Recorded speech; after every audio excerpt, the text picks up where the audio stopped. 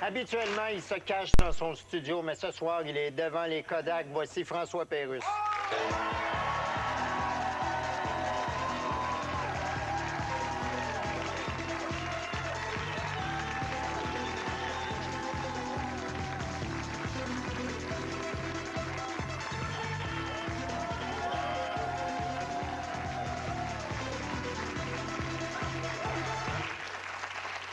François, le 21 novembre, tu as sorti le 8e tome de ton album du Peuple. Sur ce disque, tes fans retrouveront le meilleur de tes capsules présentées à la radio depuis 4 ans. Je te cite, sur les 500 capsules de radio qui passaient tous les matins sur Énergie, j'ai gardé les 40 meilleures. Il m'a donc fallu faire un gros filtre. Et comment ton filtre a-t-il séparé le bon grain de la mauvaise graine? Il m'en restait 40, effectivement, à la fin, puis je les ai écoutés jusqu'à venir fou, jusqu'à ce que ce soit plus possible, pour essayer de m'en écœurer, pour essayer, finalement, de plus aimer ça. Et puis, si jamais il y en avait une qui parvenait à me lasser, ouais. Je l'achetais. Puis ces 40-là, je les avais bien choisis parce que je suis encore capable d'être chatouillé par les 40. Je me dis, ils sont prêts pour l'album. Tes personnages fétiches reviennent. On n'a qu'à penser à Mona et son mari qui magazine, le célèbre Louis-Paul Fafard-Allard, l'animateur de radio communautaire. À cette belle brochette, t'ajoutes des personnages d'actualité, comme Jean-Luc Mongrain. On va l'écouter. De retour à Montgrain. Oui, vas-y. Oui, mais vous êtes au courant, tout le monde est au courant. Le premier ministre a affirmé que l'enquête sur la construction progresse. Progresse! Progresse! Il dit progresse. Pro comme dans prostituée, graisse comme dans graisse-moi à patte, moi de graisser à tienne. Caméraman, on rit, s'il vous plaît. Mais non, on rit, c'est drôle, c'est pas drôle. C'est drôle, c'est pas drôle. C'est drôle, c'est pas drôle. Quand c'est drôle, c'est drôle, quand c'est pas drôle. D'abord, il faut comprendre qu'il y a des enquêtes, mais il n'y a pas de commission d'enquête. S'il y avait une commission d'enquête, il y en a qui perdraient l'anonymat. Et quand je parle de l'anonymat, je ne parle pas du sexe d'une chanteuse du Québec très connue. Je parle, bon, là, je parle d'une gorgée de café. Attention, le gosson, check tes meters. Madame Marois, vous trouvez ça un peu... Faut que je vous la raconte, hein? Parce que moi, je vous connais depuis très longtemps. C'est vrai? Je vous connais pas personnellement, comme ce soir. Mais je vais vous dire qu'il y a... Quoi, ma fille a 32 ans, elle avait à peu près 12 ans. Ça a joué On beaucoup traînait chez vous. vos cassettes en vacances. Ah oui? Fait qu'on écoutait vos cassettes, je les savais par cœur. Alors, il y en avait une, c'était Fidi-douda. Il n'y a personne au numéro que vous avez appelé Roger. Oui, le Fidouda, qui est la mélodie qu'on mettait à l'époque sur le système téléphonique pour dire qu'il n'y avait pas de service. Exactement. Il n'y a plus de service au numéro que vous avez rejoint, Roger. Ah ben là, vous me faites plaisir. Vous me faites plaisir. Moi, quand j'étais dans RBO et que mon fils était jeune, son humoriste préféré, c'était François Pérusse. Ben voilà. Et Mon 20 fils ans plus... aussi. Ah, bon. oui, aussi. C'est la même chose, mais mon gars, écoutez En tout ça. cas, vous poignez auprès des enfants, Je vais quoi. finir par m'aimer, je vais finir par me prendre pour un autre. Mon chien t'adore. Oui, ça complète. Y a-t-il quelqu'un que la tondeuse, même? François, en plus des sketchs, ton disque compte des nouvelles chansons. On va en écouter 3.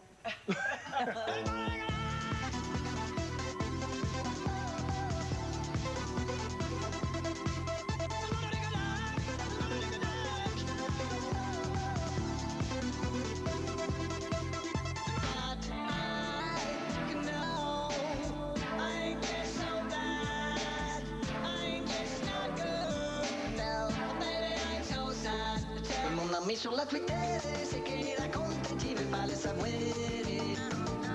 Sur la Twitter, tout peut écrire qui faisait noir et la soirée.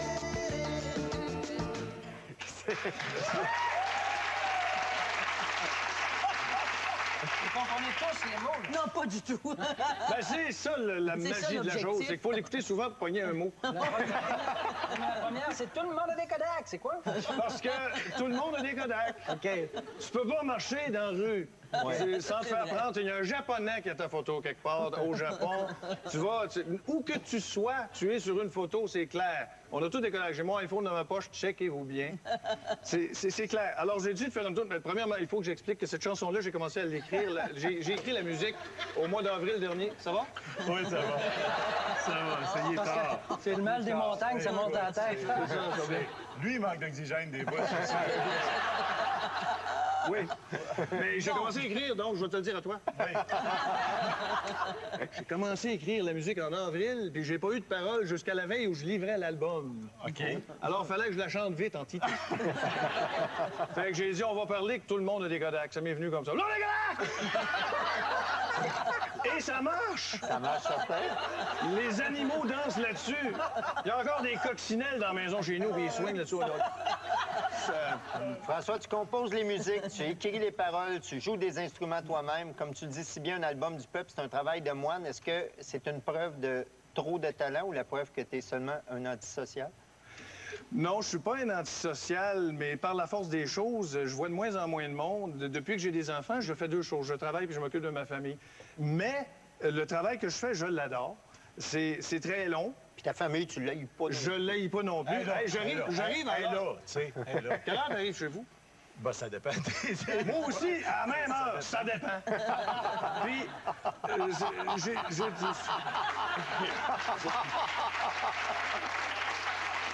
Quand je rentre chez nous, le soir, tout ce que j'ai à raconter à ma femme, c'est j'ai mangé une pomme à 2h30. J'ai ouvert telle porte à 11h moins quart.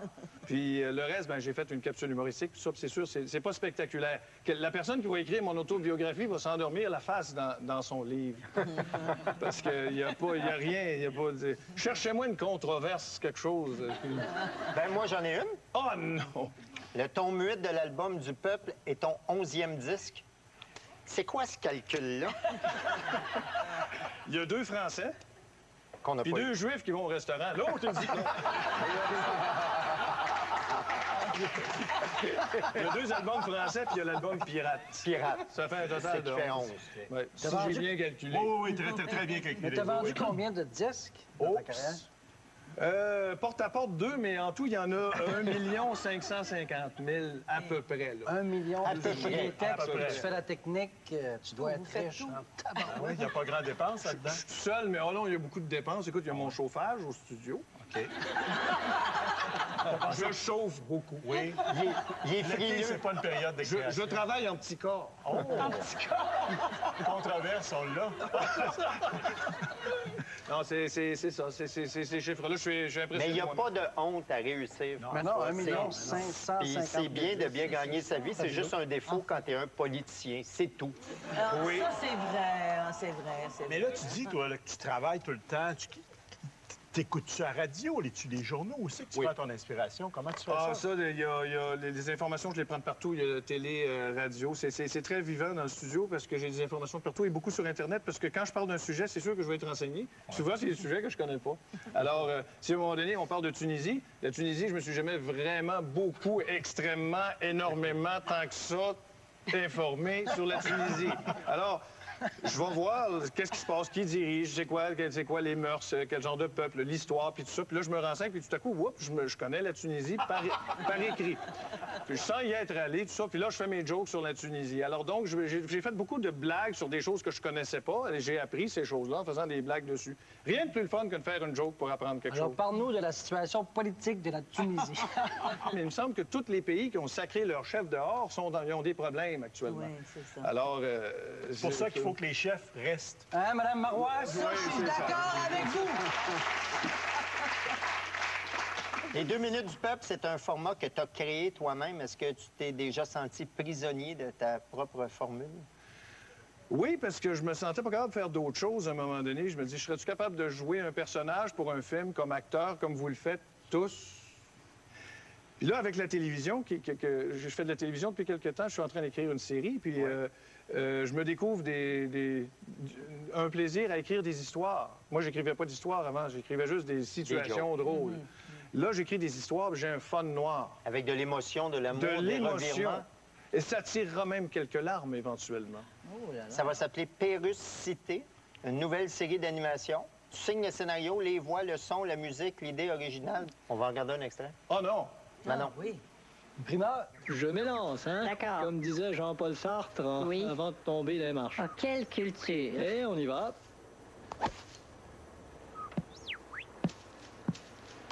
Ah, la cale de vache est allée direct dans ma... La crise de sacre calvaire, je le savais, si bois en lisse. Mon Dieu! Ouais, viens-t'en, mon sac de golf, vaut pas le cul, pis casse la gueule au vendeur, tabarnak, On a vendu le c*** de bâton qui disait que c'est meilleur de le Alice. Non, je l'ai retrouvée, elle était là. D'accord. Oh la tabarnak de gueule, toi! Ta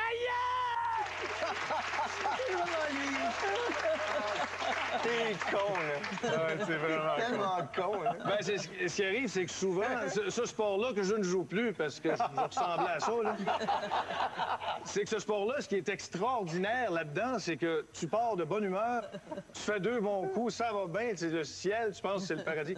T'en manques un? L'enfer brun, tantôt, tu te changes de face, c'est comme...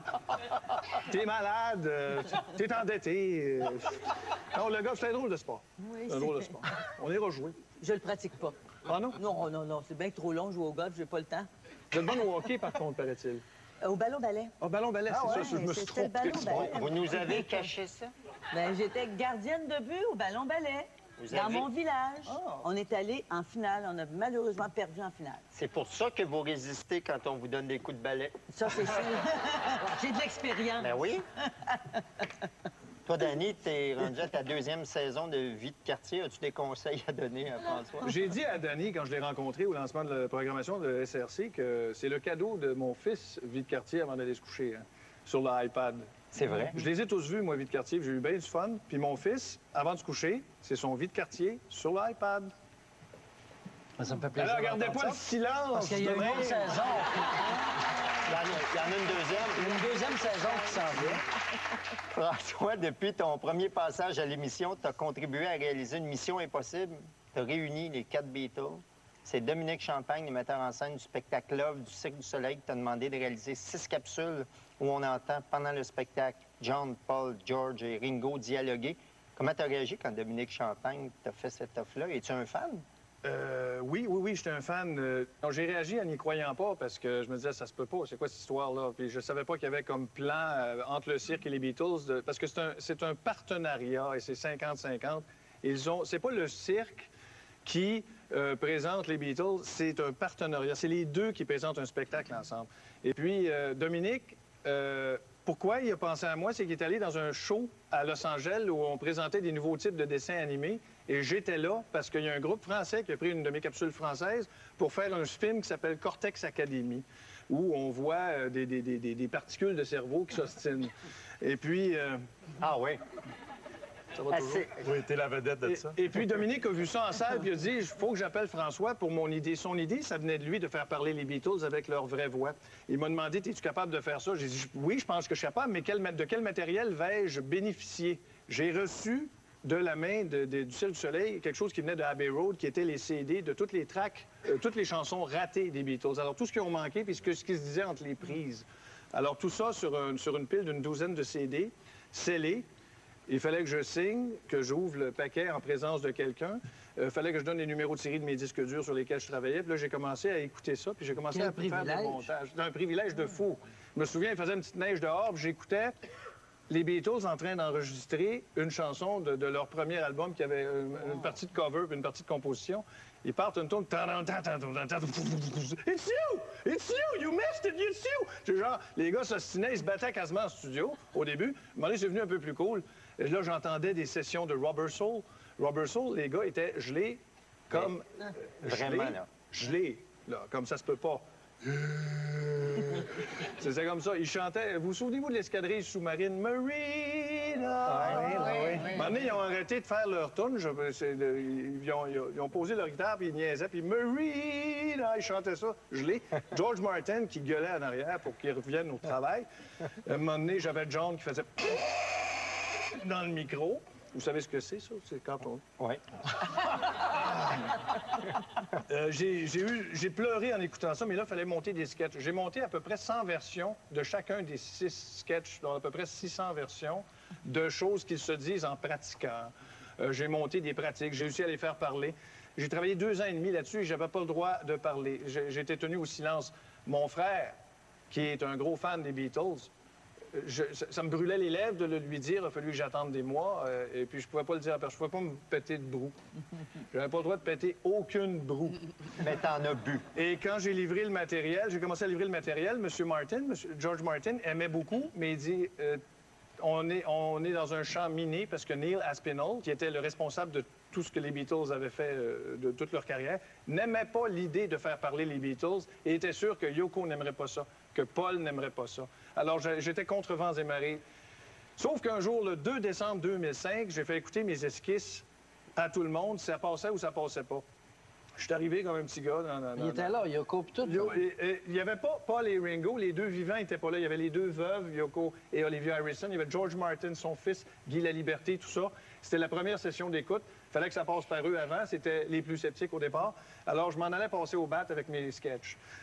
Dominique Champagne a fait un long préambule pour bien préparer la table. Ça a passé. Les deux veuves se sont regardées comme ça. « I like it! » George Martin s'est retourné, il m'a fait un gros clin d'œil. Il dit, si t'as passé ça, le reste va passer. Il s'est acheté une caisse de 12. Une cuisse de poulet chez IGA. Je venais de me séparer à ce moment-là. Je suis allé tout seul dans mon studio. Je me suis fait cuire ma cuisse de poulet, puis j'ai bu ma caisse de 12, puis j'y croyais pas. Quelques semaines plus tard, Paul McCartney entendait le matériel, sans avoir vu encore les films, puis il disait, ça va en prendre plus. Demandez-y en plus. Qu'il en fasse plus. Est-ce que j'ai dit le mot plus? Fait que j'en ai fait plus. Et puis, ça a passé comme un rêve, ça s'est terminé. Aucune retombée. Il n'y a plus rien depuis ce temps-là. Tout simplement. Ben. François, c'est un plaisir de te revoir sur notre plateau. François Pérusse, mesdames et messieurs, on va revenir après la pause.